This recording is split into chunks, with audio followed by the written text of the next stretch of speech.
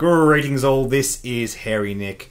I'm joined once again by Justin. Hello! So over the past week we have had a metric ton of X-Wing 2.0 content to reveal to you guys. Last Friday, or Friday before last rather, there was a massive unboxing. We got the raw stats for all the ships, we had several pilots and upgrade cards and all kinds of stuff revealed. And a lot of stuff to go through. As such, I had several very long videos talking about it, and as such, a lot of people had stuff to talk about. Because we were human, we did make some mistakes. Oh yes. I fully expected this to happen, but I fully expected also to have to make this video with a few corrections and a few more discussion pieces, because that's just how it is. There was so much to go through. The two main errors I made during that was I pointed out that the Falcon had the reload action. It doesn't. It was the rotate arc. It doesn't, Nick. Yeah, it was quite late at night when I was recording that, and I looked at that picture and I'm like, oh, that's the reload action. Wow. I guess it has the missile slot. Well, it had the missile slot anyway, so... No. Our Falcons and our YT-2400s are not going to be missile boats. Yep. Probably a good thing. Also, the Y-Wing did have a slight upgrade to the dial. I said in the original Scum video it didn't. The one banks are now blue. It's just one tiny little detail I got wrong, but absolutely worth mentioning. Yep. So we're going to go through some of your comments today and talk about some of the things I may have missed, some of the synergies I may not have picked up on. It's worth having a bigger chat about this kind of stuff because, as I said in previous videos, yes, it was a lot of content to work through. Even in those longer format videos, I couldn't spend a lot of time on everything. So let's start off with this first comment by Omar Berrios. I'm sure the reason the wording on the Ewings Chip ability doesn't include range 0 is because you should be losing the ability to perform an action when you bump a ship. And this is interesting. Yeah. Like, I understand where he's coming from. To a certain extent, that makes sense. But there are cards that get around that. There are ways to get around being at range 0 and not being able to take actions. For example, coordinate and advanced sensors. Yeah. What you can do is you can bump your ship, but then another ship can coordinate it, or the next turn you will activate with advanced sensors and then take a target lock, technically while still in base contact.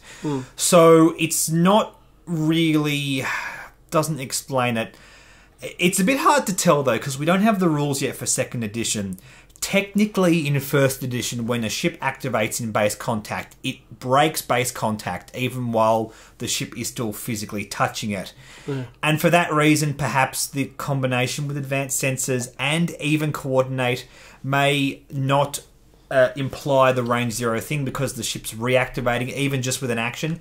It technically isn't touching for that activation. I don't know. It's a very finicky rules thing that we're not sure about. My logic was also like, especially with the E-Wing having the advanced sensors saying that it can only go from range 3 and on. If you're right in front of a ship, you're like, it's there. I can shoot that. I know you have long range scanners built in, but come on, computer, it's right there. Yeah. Yeah, that makes sense. It just kind of baffles me. If it really wants to be doing the long-range scanner thing, it really should have said range 0 to 1, not just range 1. This kind of implies that you can get around the very weird range restriction. And I just get the impression that maybe this is going to be fixed before release, or... I don't know. It's just a very weird interaction that doesn't seem to work with what the ship wants to be doing. The next one is by Cosmonaut. Maybe the change to before you activate on Sabine Wren and others is to allow performing this boost or barrel roll even when ionized, since you didn't treat ionized ships as revealing a maneuver. That's a very good point. Sabine Wren's old ability used to get locked down by ionization, because if you don't have a dial to reveal, then you can't use her ability. Same with things like inertial dampeners and dropping bombs and all that kind of stuff. Now, dropping bombs happens in an entirely different phase now, so that doesn't matter. But yes, I think they're going to prefer this as a way to make sure ionization doesn't completely wreck you. It still seems like a really powerful effect. It's very powerful in 1st edition. An ion list just took worlds, so let's not beat around the bush. It is good. Yeah. And yeah, I think this is going to be the preferred language for that reason. We don't need to have these effects being completely crippling. They're still good. But I think overall crits and like track tokens, ionization, jamming tokens, that kind of stuff, they want to make it on a nice, even, slightly less powerful keel. And I think that's fair enough. We now have a comment by Hazivix. So will cards like Engine Upgrade and Expert Handling change the linked red action to white now too? Good question, Hazivix. Yeah. I don't know, is the answer to that. I will say, right now, there is no ship with a linked action that does not exist elsewhere on the action bar, except the TIE Aggressor. So when we're talking about the Expert Handling interaction, does the Expert Handling make that linked action white? I'm going to guess no. Because it allows you to take this card if you have the red action, but it gives you the white action on the bar. It doesn't change the specific colour of that. Technically, if you have engine upgrades, your bar has a red boost and a white boost.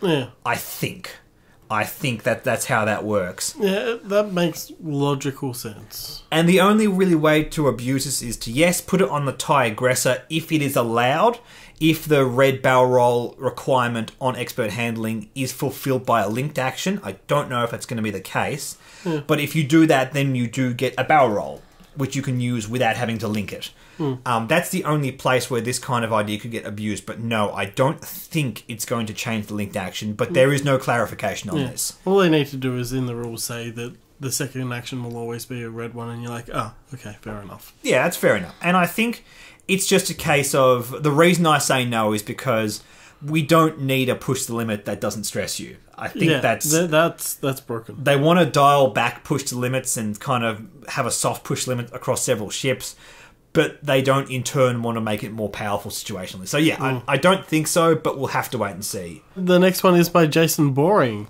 Relevance on the MF title is its combo with Han flying close to asteroids.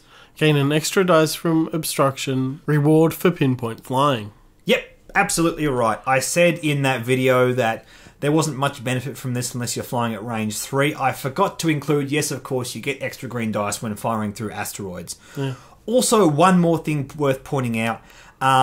When you are evading, which is the new terminology in 2nd edition, it looks like you don't have to spend the evade token. I assumed in this video that you do, and I made a mistake there. Yeah. So basically, yes, you can get extra green dice, which gives it a bit more power, and also you don't have to spend the evade token, which is really good. There's a real value in taking that evade token and not spending it. You get a soft buff across several different defenses. Oh, yeah. Which is all about the Falcon. I mean, this makes me think of like it being chased by several TIE fighters, being able to evade over and over again. It's going to be nasty. I think the Falcon in 2nd edition is going to be pretty legit, especially with this and the Han crew. Yeah. Next one's by Gibson's 3457. Maul allows the ship he's on to equip Darkside Force upgrades. Now, this is an interesting point. I am not convinced that this is completely the case. The Maul card states you may equip Darkside upgrades. It does not, however, give you the Force icon. And that's the reason I don't think that Maul is going to give you the ability to just take any Force upgrade, or even just the Force Darkside upgrades on any pilot. First of all, that would be very powerful. Giving Force upgrades to any pilot is dangerous because it could allow for any combo. It basically pushes FFG into a corner design space-wise. They have to allow for every Scum pilot or every Ezra combo to not have some kind of broken combo with Darkside Force upgrades. Yeah. And that's why I'm pretty convinced it's not the case. Also, it doesn't have the symbol. Most things that add the upgrade slots will say add, and then they put the symbol on the card. I think this is just going to allow pilots that already have the Force upgrade slot to acquire upgrades that says Darkside only on them. That's going to be a stipulation. And it's probably going to be faction-based. Darkside may refer to the Imperial faction. Don't know about Scum, but if we have the CIS or the First Order, well, we know we're getting the First Order, but if we have the CIS, it's going to be faction-based. It's going to be referring to several different factions. That's what I think anyway. Yeah, what are your thoughts on that? Like an overarching evil powers sort of thing. Yeah. That makes sense. I think so. What do you reckon is going to happen with the Scum faction with a Sarge Ventress? Oh. I mean, technically she was a Sith assassin. Yeah. Not really a Sith, but yeah, she was... Oh, no, she was... Yeah, I suppose so. It's a really grey area, isn't it? Yeah. Because she's a bounty hunter. In the context of where she sits in X-Wing, she's definitely a bounty hunter. she's just a force-wielding bounty hunter that's not working for a Sith Lord anymore. I don't know. Be interesting to see. Obviously, if she can't take Darkside upgrades, Maul will allow her to. Yeah. So that could be relevant. I guess we'll see. But no, I'm pretty confident that Maul will not give any scum ship the ability to take force upgrades. Just because of the terminology used here, I don't think that quite matches up.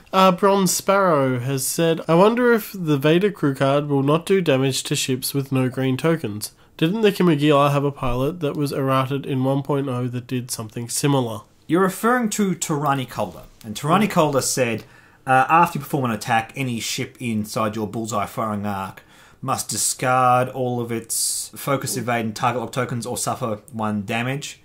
But it specifically used the language all, not one of. Vader says it may avoid this effect by discarding one of its green tokens.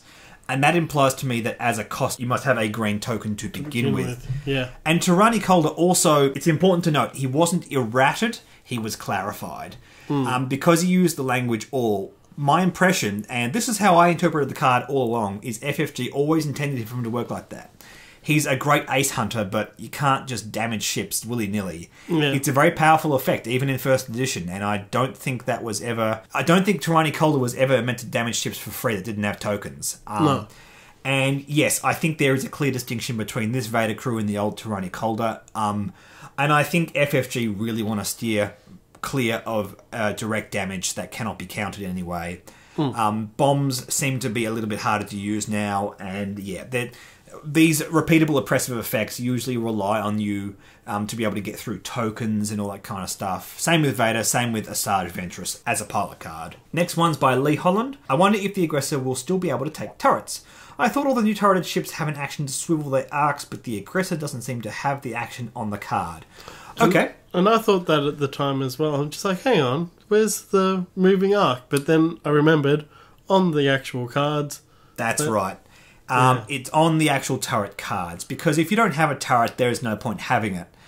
And what's going on here is FFG are trying to make things nice and clean. If you don't take turrets on the aggressor, you shouldn't have a redundant action. Yeah. It's nice and clean. It's better for beginners if they don't have things like that. They don't have to ask, well, what's this? Oh, that's the thing that works, if you happen to take this other card. Yeah. To me, it makes perfect sense if they have an equipped turret, they can rotate the arc. If it's a ship that already has a primary turret and they can take extra turrets, it doesn't matter. Having 2 white turret rotations on the action bar doesn't make a difference anyway. But yes, that's what's going on there. It's just a cleaner way of doing it. It's on the turret cards themselves. Yes, the aggressor can still take turrets. That was confirmed in the unboxing. And the final one is by Nathan Skelly. All of the Hawks require a ship in their firing arc. It seems it is not the primary arc, so can it be wherever you are pointing your mobile arc? So still worse than the first edition, but it means positioning matters. Well, yes, this is relevant because the Moldy Crow title does give you the primary arc as well. Yes, if we're using the same language from first edition, and I have no reason to believe that we're not, this means you can use your mobile firing arc or your primary arc. If you take the Moldy Crow title, you can use either of them, which is really, really good. And this also brings up another point. This has been a real point of contention. Hell of a Pilot over on their Facebook page actually made a poll on this, and I have to say I disagree with the overwhelming consensus on this. People are saying in arc means must be range 1 to 3, and my response to that is show me the card that confirms that. I have never seen that language used. We have things that just refer to in arc and don't restrict range in first edition that refer to attacks, but attacks, of course, can only ever be range 1 to 3 anyway, unless it's like an epic ship or something like that.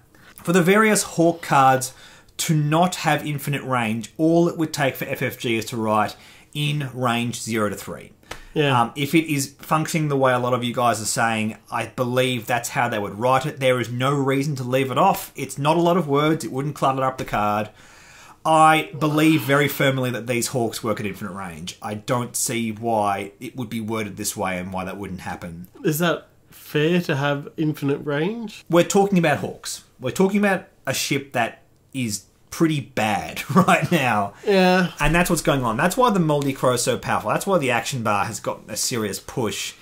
And also note that things like Jan Ors and Torquil Mux no longer work in a bubble around their ship.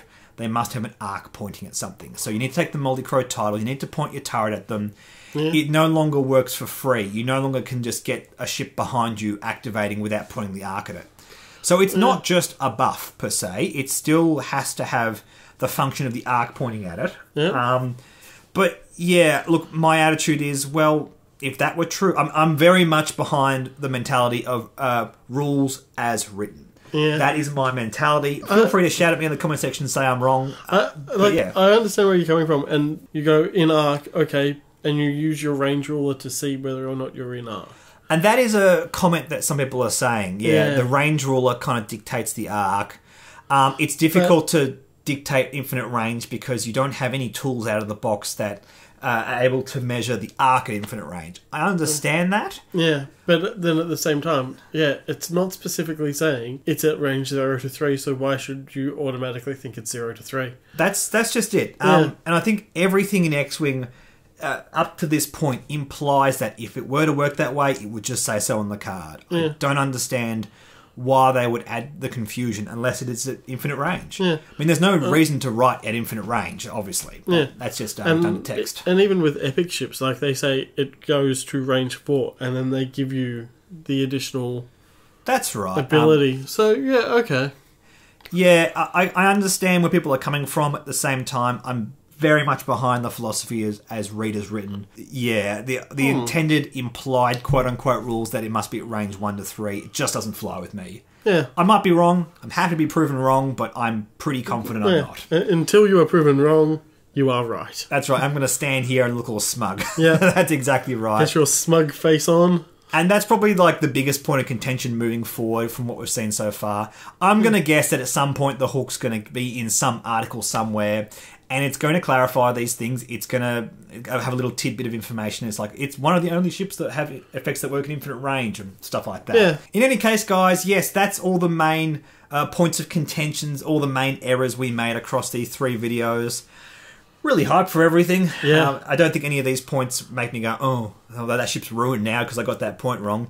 No. Just little corrections I wanted to make. And I think it's important to do that. Hopefully we're getting roughly 1 article a week from now on. Hopefully it's all drip-fed so I don't have to collapse from exhaustion from making several hour-long videos. That would be handy. Yeah, that would be fantastic. In the meantime, guys, thank you so much for watching. Like and subscribe. Like me on Facebook. Follow me on Twitter. And we'll catch you later. Bye.